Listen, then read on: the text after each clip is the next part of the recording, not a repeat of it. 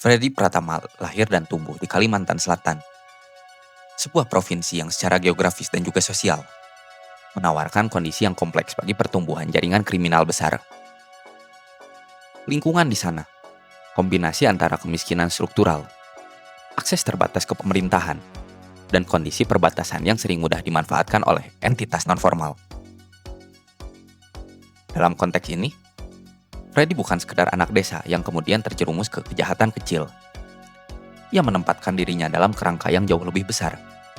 Jaringan narkoboy lintas pulau, lintas negara, dengan tingkat organisasi layaknya korporasi bayangan.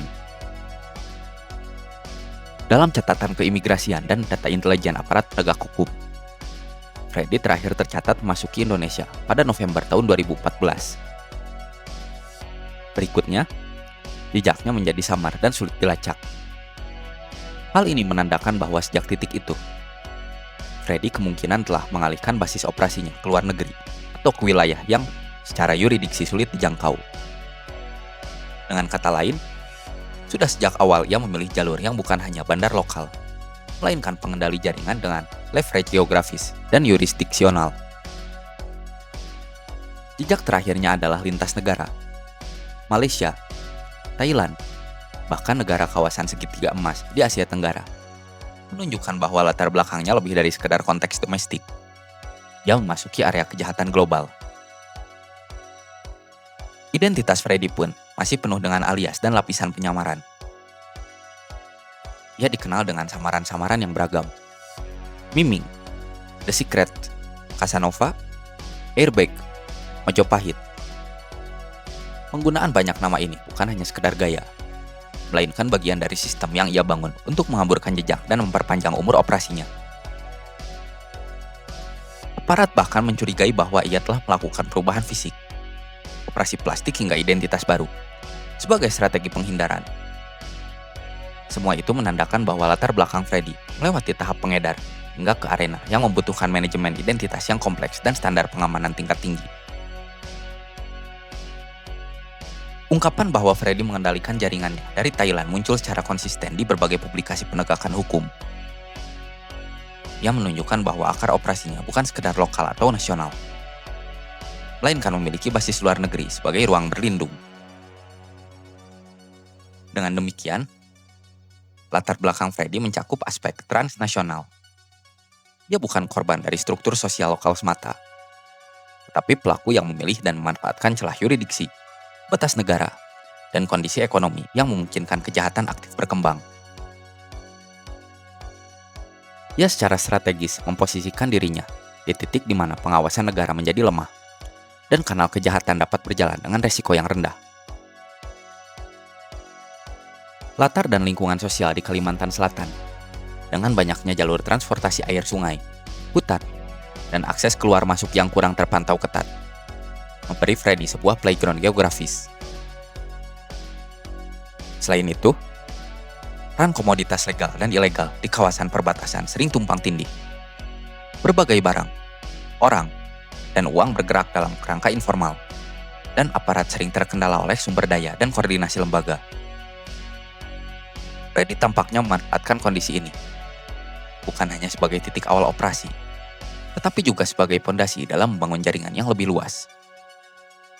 Dengan demikian, latar belakangnya menggabungkan kedua unsur. Akar lokal dengan kondisi ideal, dan ambisi global yang memanfaatkan korelasi antara uang legal dan juga ilegal.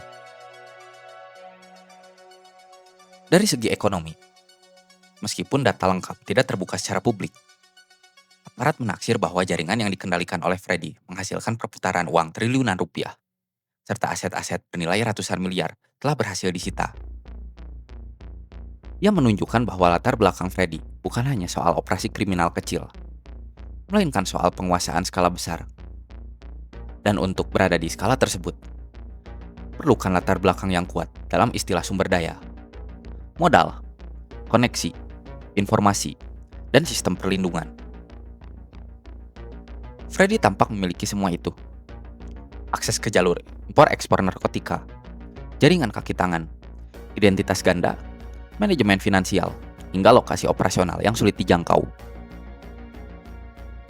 Semua ini menunjuk pada latar belakang yang bukan kebetulan, tapi hasil dari pilihan strategis dan adaptasi dari sistem.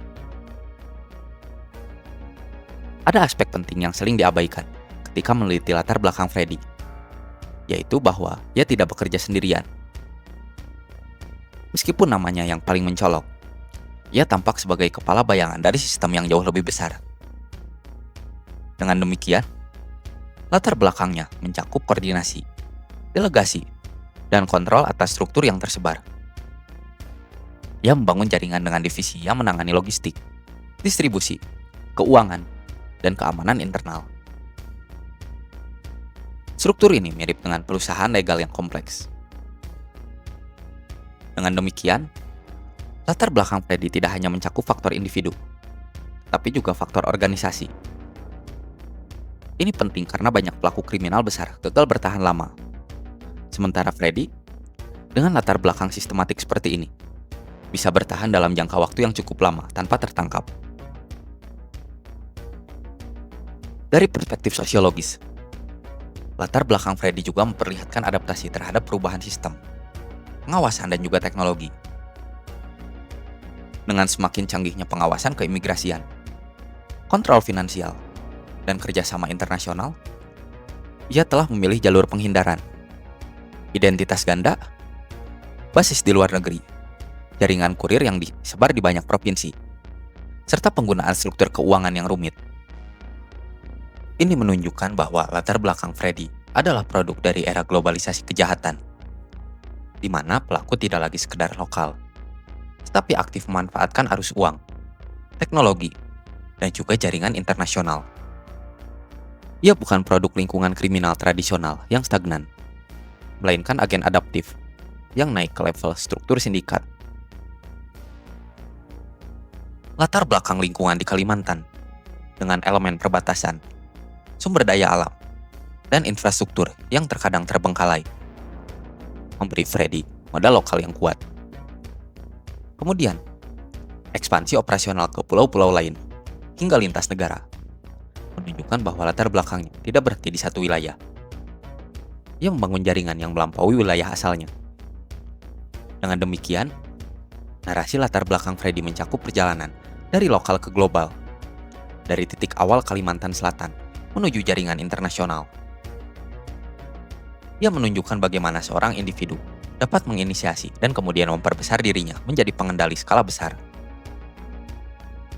Hal ini penting untuk dipahami, karena latar belakang ini akan memberikan kunci yang menjelaskan mengapa ia sangat sulit ditangkap. Bukan karena dia satu orang yang berlari sendiri, tapi karena ia berada di pusat sistem yang sangat sibuk, tersebar, dan juga terlindungi. Secara historis, Indonesia sendiri memiliki posisi yang rentan dalam jaringan narkotika internasional. Lokasi geografi yang strategis, perarian dan rute laut yang panjang, banyak pulau yang menjadi titik masuk dan juga keluar, serta permintaan domestik yang tinggi. Dalam konteks ini, latar belakang Freddy menjadi sangat relevan. Ia bukan hanya memanfaatkan kondisi nasional, tetapi juga mengembangkan operasinya dalam kerangka global. Dengan demikian, ia menyatukan faktor nasional, kondisi internal Indonesia, dan faktor internasional jaringan luar negeri, perlindungan lintas negara, dan jalur pengiriman global. Ini menjadikan latar belakangnya sebagai studi kasus, bagaimana kejahatan terorganisir modern bermula dan juga berkembang. Latar belakang Freddy juga menunjukkan dinamika kekuasaan dalam kejahatan, akses ke modal, identitas ganda, perlindungan lintas negara, struktur delegasi, dan jaringan distribusi yang luas. Semua ini menunjukkan bahwa latar belakangnya bukan statis. Ia terus berubah, beradaptasi menyempurnakan sistemnya. Dan dalam proses tersebut, latar belakang Freddy memberikan pelajaran penting bahwa pelaku kejahatan besar seringkali memiliki awal yang sederhana. Namun mereka menggunakan lingkungan, teknologi, dan jaringan untuk meningkatkan kapasitasnya. Dengan demikian, ketika kita melihat Freddy hari ini sebagai buronan besar, kita juga melihat transformasi latar belakangnya. Dari asal kecil ke aktor global. Akhirnya, ketika kita mempelajari latar belakang Freddy Pratama, kita menyadari bahwa ini bukan hanya soal satu nama dalam daftar buronan, melainkan soal bagaimana kejahatan besar tumbuh di ruang antara jurisdiksi negara, bagaimana identitas bisa disembunyikan, dan bagaimana jaringan bisa dibuat yang efisien dan sulit dipecahkan. Latar belakang, lingkungan asal, kondisi geografis, adaptasi identitas, dan jaringan transnasional. Semua itu membentuk kerangka yang sangat kompleks. Dan di kerangka itulah Freddy bergerak, bersembunyi, dan juga mengendalikan.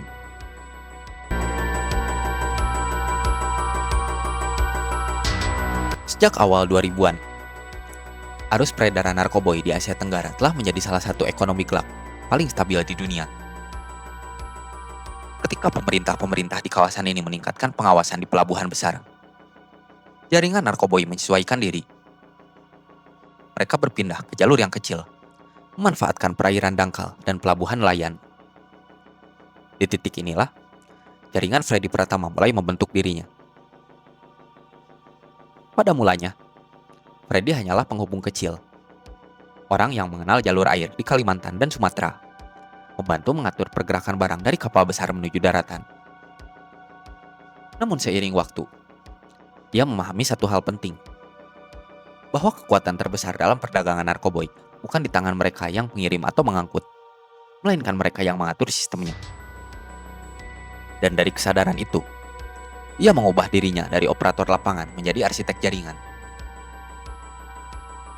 Sekitar tahun 2011 hingga 2014, nama Freddy mulai muncul di laporan intelijen daerah. Setiap kali aparat menggagalkan pengiriman sabu besar di Sumatera atau Jawa, selalu ada satu pola yang sama, yaitu pengiriman diatur oleh seorang yang tidak pernah muncul di lokasi. Uang mengalir melalui rekening yang tidak terkait secara langsung. Kurir dikontrol oleh perantara yang berbeda, dan komunikasi hanya berlangsung lewat pesan terenkripsi. Di saat banyak bandar besar masih bergantung pada tatap muka dan transaksi tunai, Freddy sudah menggunakan pola digital, metode yang membuatnya jauh lebih sulit ditangkap. Periode 2014 menjadi titik penting. Ketika aparat memperketat pengawasan di Indonesia, Freddy memilih untuk keluar dari negara. Ia menghilang dari radar imigrasi dan memindahkan pusat kendali ke Thailand. Dari sanalah, jaringan besar itu mulai berkembang dengan pola yang lebih modern, yaitu rute lintas negara, struktur berlapis, dan distribusi yang terfragmentasi. Freddy tidak hanya lagi mengatur distribusi sabu atau ekstasi, melainkan juga mendesain bagaimana uang hasil penjualan itu dicuci dan diinvestasikan.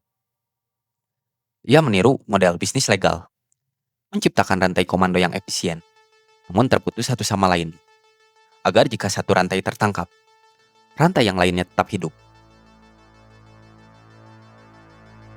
Dalam sistem Freddy, setiap orang memiliki peran spesifik dan juga terbatas.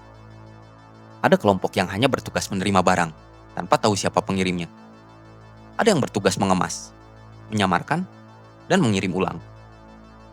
Ada pula kelompok yang hanya mengatur keuangan dan juga investasi. Di atas semua itu, ada lapisan penghubung yang berfungsi seperti manajer regional. Mereka berkomunikasi menggunakan kode dan juga nama sandi, seringkali mengganti kartu SIM setiap minggu. Semua keputusan besar tetap berujung pada Freddy, tapi jarak komunikasi dijaga berlapis-lapis. Dari luar negeri, Freddy mengatur arus logistik melalui jalur laut dan juga udara. Barang dari kawasan segitiga emas dikirim melalui Thailand atau Malaysia, lalu masuk ke Indonesia melalui beberapa pintu utama.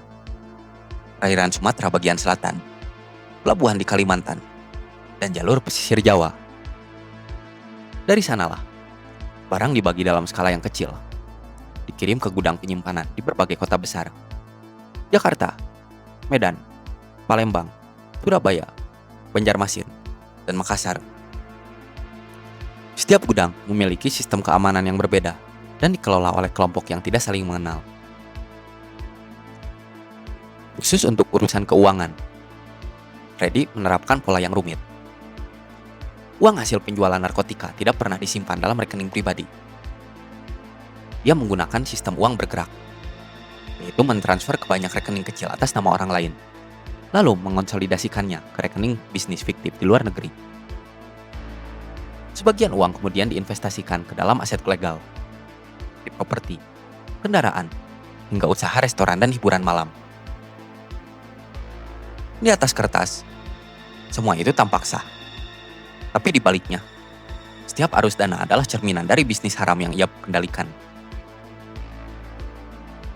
Keunggulan Freddy dibanding bandar lain bukan hanya pada skala, tapi juga pada cara ia menggabungkan disiplin bisnis dengan logika kejahatan.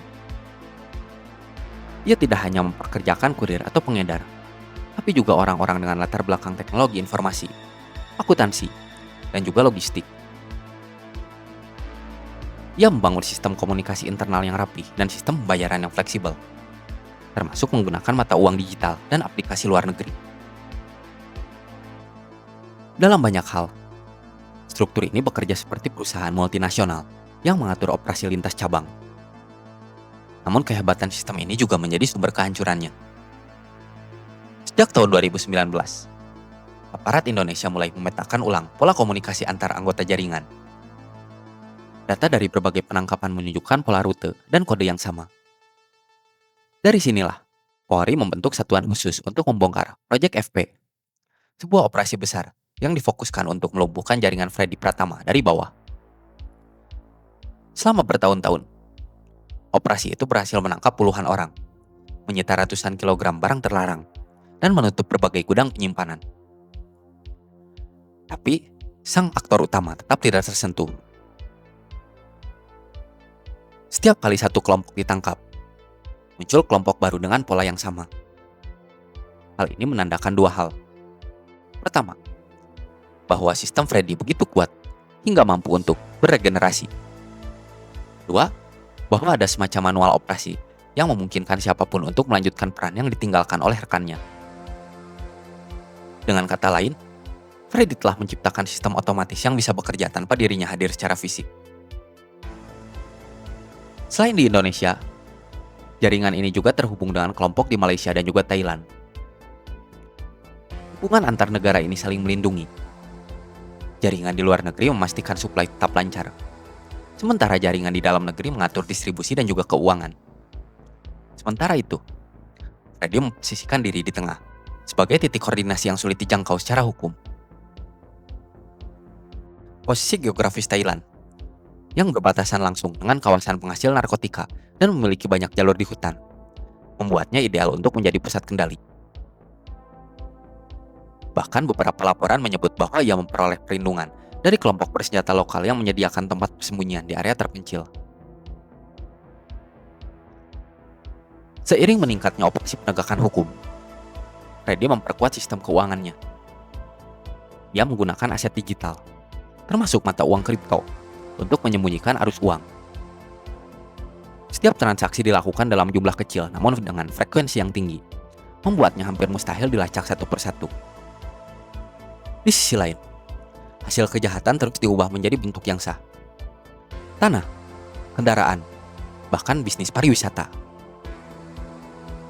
Dengan cara ini, keuangan ilegalnya berbaur dengan ekonomi formal, menjadi bagian dari sistem yang sulit untuk dibedakan.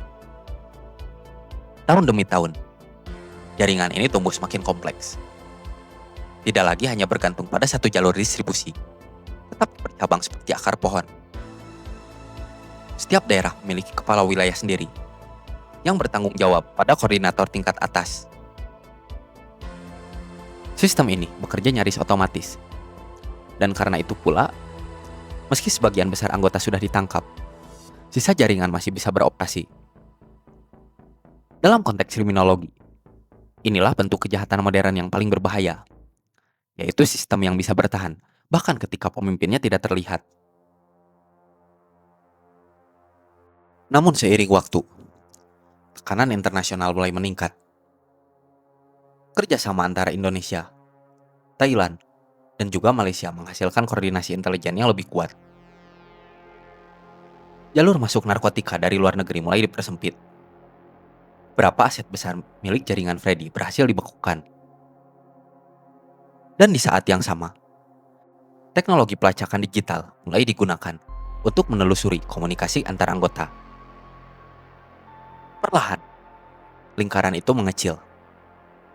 Tapi meski begitu, nama Freddy tetap belum tersentuh.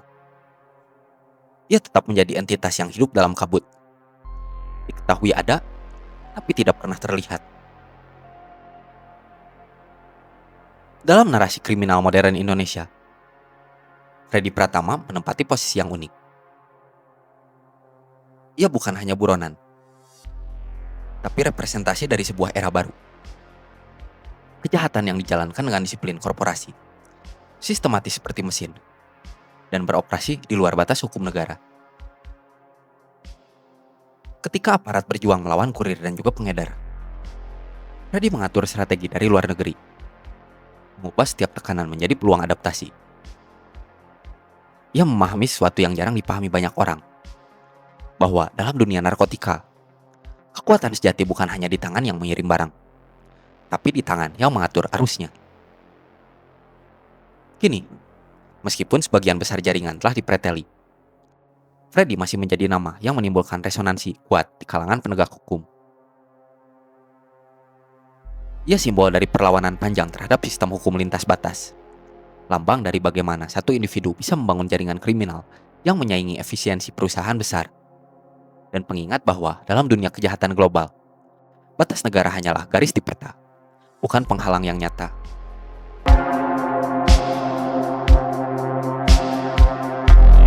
Ketika tahun 2014 bergulir, nama Freddy Pratama mulai bergema di ruang-ruang briefing tertutup markas besar kepolisian. Di papan operasi yang biasanya dipenuhi foto tersangka, peta jalur pengiriman, dan tabel pengungkapan barang bukti, kini ada satu wajah yang selalu muncul. Bukan karena tertangkap, tapi karena tidak pernah bisa disentuh. Para penyidik menyebutnya sebagai bayangan yang tidak punya negara. Dari situlah perburuan panjang ini dimulai. Semuanya bermula dari laporan sederhana. Pengiriman sabu dengan berat belasan kilogram yang masuk melalui jalur laut di Sumatera bagian selatan. Namun ketika penyelidikan dilakukan, rantai distribusi yang ditemukan tidak berhenti di bandar lokal seperti biasanya. Setiap tersangka yang ditangkap mengaku menerima perintah dari orang yang berbeda, dengan nama panggilan yang berganti-ganti. Di puncak rantai itulah selalu ada satu sebutan yang sama. Miming. Butuh waktu berbulan-bulan sebelum para penyidik menyadari bahwa Miming bukan sekedar nama samaran, melainkan pintu masuk menuju sosok yang jauh lebih besar, yaitu Freddy Pratama. Dalam penyelidikan awal, jejak digital Freddy masih samar. Komunikasinya menggunakan aplikasi terenskripsi dengan sistem pesan bakar diri yang otomatis terhapus. Ia mengatur perintah melalui rantai 3 atau 4 perantara. Tidak ada satupun bukti transaksi secara langsung. Tidak ada rekening atas namanya. Hanya pola komunikasi, rute logistik, dan uang tunai dalam jumlah yang besar yang mengalir seperti arus air di bawah tanah. Di saat aparat masih belajar memahami bagaimana jaringan ini bekerja, Freddy sudah berpindah ke tahap berikutnya, yaitu menyamarkan dirinya ke luar negeri. Pada akhir tahun 2014, data keimigrasian mencatat pergerakan terakhirnya keluar dari Indonesia. Setelah itu, kosong. Tidak ada catatan kedatangan, tidak ada keberangkatan lanjutan, setelah dia menguap dari sistem. Namun di tahun-tahun berikutnya, setiap kali polisi menggagalkan penyelundupan besar, pola dan tanda tangannya selalu muncul. Kualitas sabu yang seragam, kemasan yang khas, serta pola pengiriman yang sangat efisien. Meski fisiknya hilang, tangannya masih bekerja dari jauh. Polisian kemudian membentuk tim khusus yang bertugas mengurai jejaring ini. Mereka memberi kode operasi sebagai Sandi Maheswara. Fokusnya sederhana tapi berat, menemukan hubungan antara pengiriman sabu besar di Indonesia dengan jaringan yang ada di luar negeri. Dalam proses itu, puluhan nama muncul, beberapa ditangkap, sebagian hilang. Dari setiap pengungkapan, puzzle itu mulai tersusun. Freddy bukan hanya sekedar bandar, tapi pengendali sistem lintas batas. Tim Maheswara menemukan bahwa jaringan Freddy beroperasi dari sistem distribusi logistik profesional. Jalur masuk barang utama berasal dari wilayah segitiga emas di perbatasan Myanmar, Laos, dan juga Thailand. Dari sana, barang dialirkan menuju selatan. Sebagian masuk Malaysia, sebagian lagi langsung masuk menuju Indonesia melalui kapal kecil. Setiap tahapan dikelola oleh kelompok yang berbeda dengan tanggung jawab yang terbatas. Sistem ini membuat setiap penangkapan hanya memutus satu cabang kecil, tanpa mempengaruhi barang utama. Sementara itu, Freddy mengembangkan sayap keuangan. Uang hasil penjualan di Indonesia dikumpulkan dalam bentuk tunai, dikonversi menjadi valuta asing, lalu dikirim melalui jaringan remitansi tidak resmi yang dikenal sebagai hawala. Di negara lain, uang itu diinvestasikan kembali ke bisnis yang legal, properti, hiburan malam, hingga perdagangan emas. Dengan sistem itu, jejak digital hampir tidak ada, tapi keuntungan terus mengalir. Secara perlahan, ia membangun kerajaan yang tidak terlihat. Menjelang tahun 2016, jumlah barang bukti dari jaringan ini melonjak tajam. Dari ratusan kilogram sabu menjadi tonan dalam setahun. Setiap pengungkapan besar di Sumatera, Banten, atau Kalimantan, ujungnya selalu mengarah ke jaringan yang sama. Namun di tingkat operasional, tidak ada yang mengenal langsung sosok Freddy. Ya seperti legenda yang hanya muncul dalam pesan terenkripsi. Beberapa tersangka bahkan mengira Freddy hanyalah sebutan untuk pemimpin anonim, bukan nama orang sungguhan. Polri bekerja sama dengan BNN dan lembaga intelijen, kemudian meluncurkan operasi gabungan berskala besar. Fokusnya bukan lagi hanya pada penyitaan barang, tetapi pada pembukuan aset dan pelacakan keuangan. Untuk pertama kalinya, aparat mulai menemukan rekening-rekening fiktif, bisnis legal yang ternyata didanai dari uang narkoboy, serta hubungan lintas negara antara kurir Indonesia dengan penghubung di Thailand dan juga Malaysia. Di saat inilah nama Freddy Pratama resmi masuk ke dalam merah Interpol. Kerjasama lintas negara pun ditingkatkan. Polisi Indonesia dan Thailand membentuk Joint Task Force dengan sistem pertukaran intelijen dalam waktu yang nyata. Malaysia ikut bergabung karena jalurnya sering digunakan sebagai titik transit. Data komunikasi, catatan perbankan, hingga aktivitas digital mulai dibagikan. Untuk pertama kalinya, jaringan Freddy bisa divisualisasikan secara utuh. Titik-titik pengiriman, kode komunikasi, serta rute uang yang mengalir dari satu negara ke negara yang lain. Tahun 2023 menjadi momen yang krusial. Operasi gabungan lintas negara berhasil mengidentifikasi beberapa rumah persembunyian yang diduga pernah digunakan Freddy di wilayah timur laut Thailand. Salah satunya ditemukan di daerah pegunungan yang berjarak ratusan kilometer dari kota besar. Di sana, aparat menemukan peralatan komunikasi satelit, perangkat komputer terenkripsi, dan dokumen palsu dengan identitas warga setempat. Tidak ada tanda-tanda kehadiran Freddy secara langsung, tapi bukti forensik menunjukkan bahwa lokasi itu pernah digunakan hanya beberapa minggu sebelum penggerbekan dilakukan. Ia kembali selangkah lebih cepat. Namun setiap kali ia berpindah, ia meninggalkan pola. Dan dari pola itulah, aparat menyusun ulang seluruh peta mobilitasnya. Setiap pergerakan antara satu titik ke titik yang lain memakan waktu rata-rata 10 hari, selalu melalui wilayah hutan atau pedalaman. Artinya, Freddy hidup secara nomaden atau berpindah-pindah. Ia menghindari kota besar, menghindari hotel, dan memanfaatkan rumah warga lokal yang sudah disuap sebelumnya. Pola hidup seperti ini menunjukkan bahwa meskipun kaya raya, ia tidak hidup dengan nyaman. Setiap harinya adalah bentuk dari pelarian, dan setiap langkahnya harus penuh dengan perhitungan. Pada pertengahan tahun 2024, tim gabungan meluncurkan operasi terkoordinasi yang disebut dengan Operation Eclipse. Tujuannya tunggal, yaitu menutup semua jalur komunikasi yang memungkinkan Freddy untuk mengendalikan jaringannya. Pemerintah 3 negara terlibat secara langsung, Indonesia, Thailand, dan Malaysia dengan dukungan dari lembaga internasional yang berfokus pada kejahatan lintas batas. Jalur komunikasi digital yang biasanya digunakan jaringan oleh Freddy diputus. Server yang berlokasi di luar negeri diretas, dan akun mata uang kripto yang terkait dibekukan. Efeknya terasa dengan cepat. Dalam waktu kurang dari sebulan, volume peredaran sabu di Indonesia menurun tajam. Beberapa anggota jaringan yang kehilangan kontak dengan pusat mulai panik. Sebagian menyerahkan diri, sebagian lagi mencoba kabur. Dari mereka yang tertangkap, penyidik mendapat potongan-potongan baru dari teka-teki lama. Freddy sebenarnya bukan bekerja sendiri di puncak piramida, melainkan berbagi kendali dengan dua figur yang identitasnya masih gelap. Salah satunya diduga warga Malaysia, dan satu lagi berasal dari Thailand. Ini menandakan bahwa jaringan ini mungkin lebih besar dari yang diperkirakan oleh para aparat penegak hukum. Hingga hari ini, keberadaan Freddy Pratama masih misteri.